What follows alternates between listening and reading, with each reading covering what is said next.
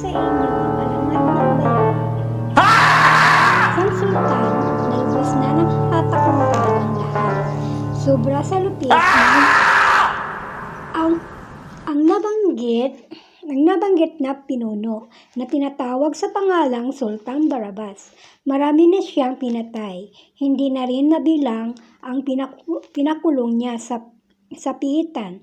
Lagi at laging nangangamba ang mga tao na sa maliliit na pagkukulang ay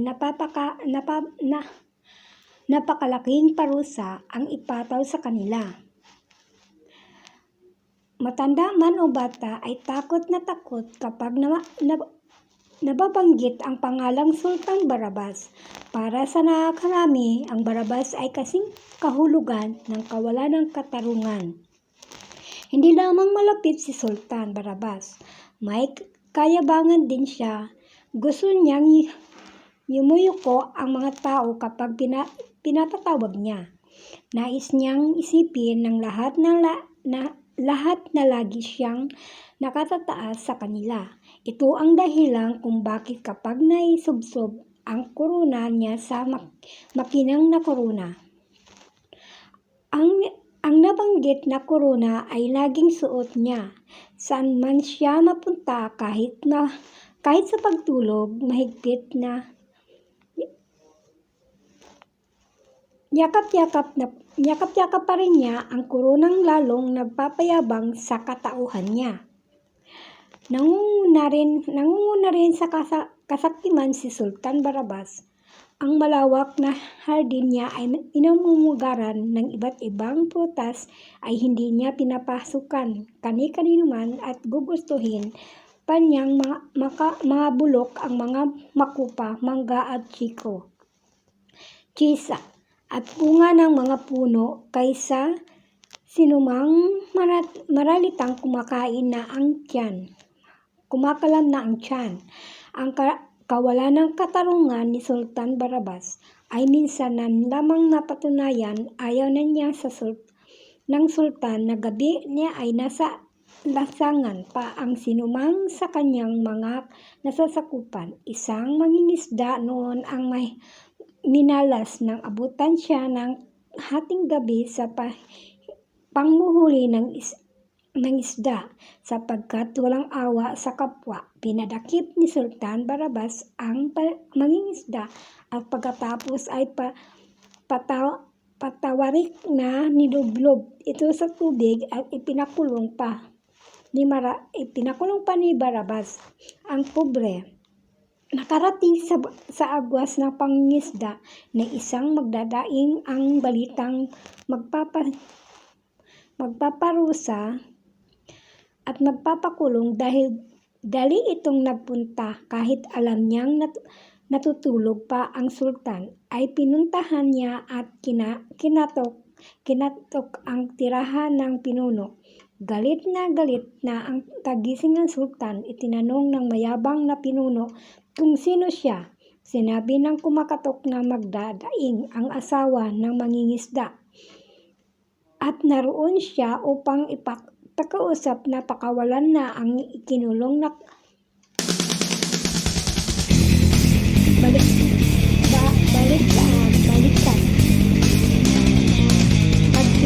Baliktad lang ang kahaman ng nalaman ng sultan na dahil kung nagdadaing ang nagmamakaawa ay nakaisip ng paraan ang puso. Lalo itong galitan. Tinatawag niya ang mga kawal at pinakagat sa mga langgam ang kaawa-awang magdadaing bago ito ipinakulong sa piitan. Kahit nakakulong ay natutuwa ang mag-asawa sapagkat sila ay muling nagkita upang maging produktibong alipin ng sultan. Ang bawat isdang nahuhuli ng mangingisda ay pinasusukaan agad sa magdadaing.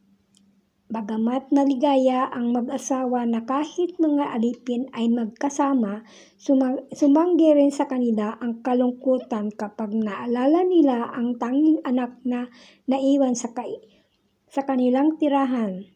Hindi alam ng mag-asawa na habang wala sila sa tirahan, may mga ada naming nagbabantay sa kaisa-isa nilang mahal sa buhay, na kahit natutoy pa sa kamusmusan ay marunong na manindigan. Saan po ba naroon ang tatay at nanay ko? Nasa kaharian sila ni Sultan Barabas.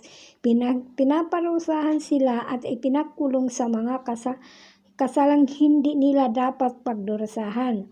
Tulungan po ninyo ako. Gusto ko po silang makawala sa kulungan. Nang makita ng ada na lumuluha ang kaisa-isang anak ng mangingisda at magdadaing, ay naawa sila. Ng gabing yun ay inilarawan nila ang daan ng inosenteng bata papunta sa kaharian. Ang mahimbing na pagtulog ng sultan ay lubhang nagbala ng malakas na katok ng bata sa pintuan ng kaharian. Sino ka? At ganitong oras ng gabi ay kumakatok ka sa palasyo ko. Gutom na ako. Hinihingi ako ng pagkain sa misang kainan mo. At bakit sa akin ka humihingi ng pagkain mo? Nagabutong tanong ng sultan. Pinasisid mo sa dagat ang ama kong mangingisda, ang ina ko naman ay pinagdadaing mo. Sila ng dahilan, kaya marangya ang iyong misang kainan. Lintik na bata ka, nanginginig sa galit ang sigaw ng sultan. Ano ang karapatan mong humingi ng anumang sa akin misa? Hindi ikaw ang nagpagod upang mangisda at magdaing. Mga magulang ko ang iyong inaalipin sa anumang kanilang itinanim. Sila lang ang dapat na may aanihin. Aba, napakaliit mong bata ka. Akala mo kung sino ka. Hindi mo ba alam na sultan akong dapat mong igalang? Nangangalog ang babang sigaw ng gahaman. Napansin ng bata ang nakinang kurunang naiwan ng sultan sa higaan.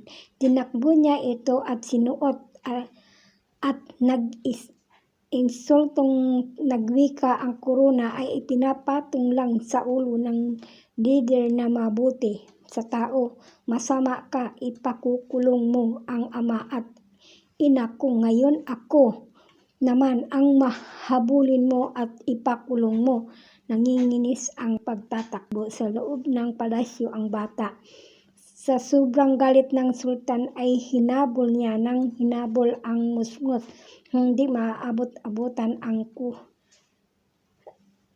at inosenteng bata sapagkat inililipad ito ng mga ada.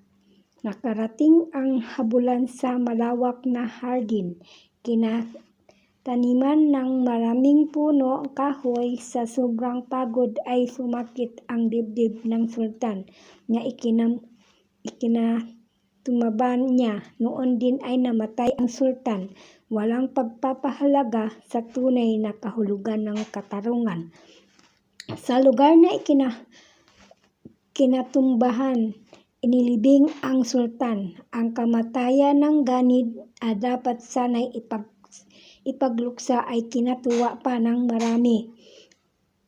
Ang humaliling sultan ay kakaiba sa namatay. Tinitimbang niyang mabuti ang bawat paratang sa isinumang nagkakasala. Hindi rin siya padalos-dalos na pagpapataw ng parusa. Sinisikap niyang magbigay ng isang makatarungang pagpapasya sa kaso ng sinumang nasakupan niya. Mahirap man o mayaman, para sa kanya ang lahat ay pantay-pantay sa napipinggang katarungan, sapagkat totoong makatarungan, pinalaya at tinulungan ng bagong sultan pamumuhay ng matiwasay ang mangingisda at magdadaing. Binigyan niya ng karapatan ang inosenteng bata na malayang makapupunta sa hardin upang manmitas ng anumang prutas sa kanyang piliin. Ipinagdiwa ng lahat ng panunungkulan ng makatarungang sultan.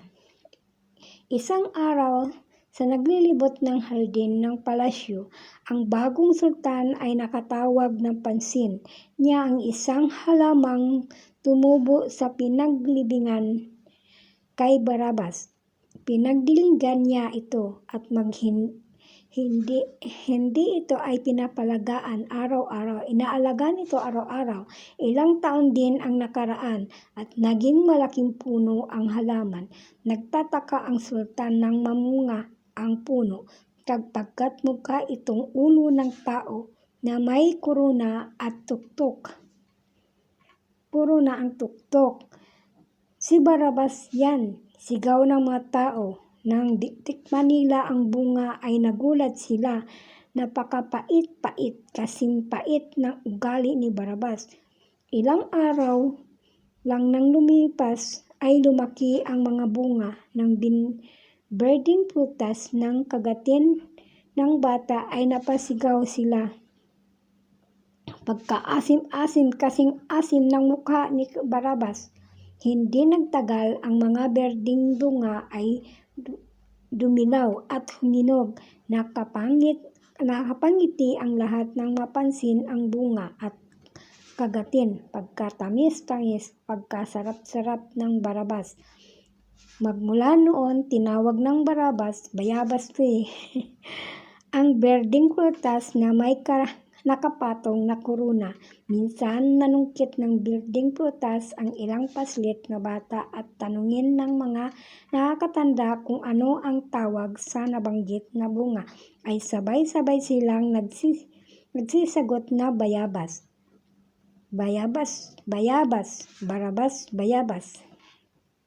Diyan nagsimula ang alamat ng Bayabas. Thank you!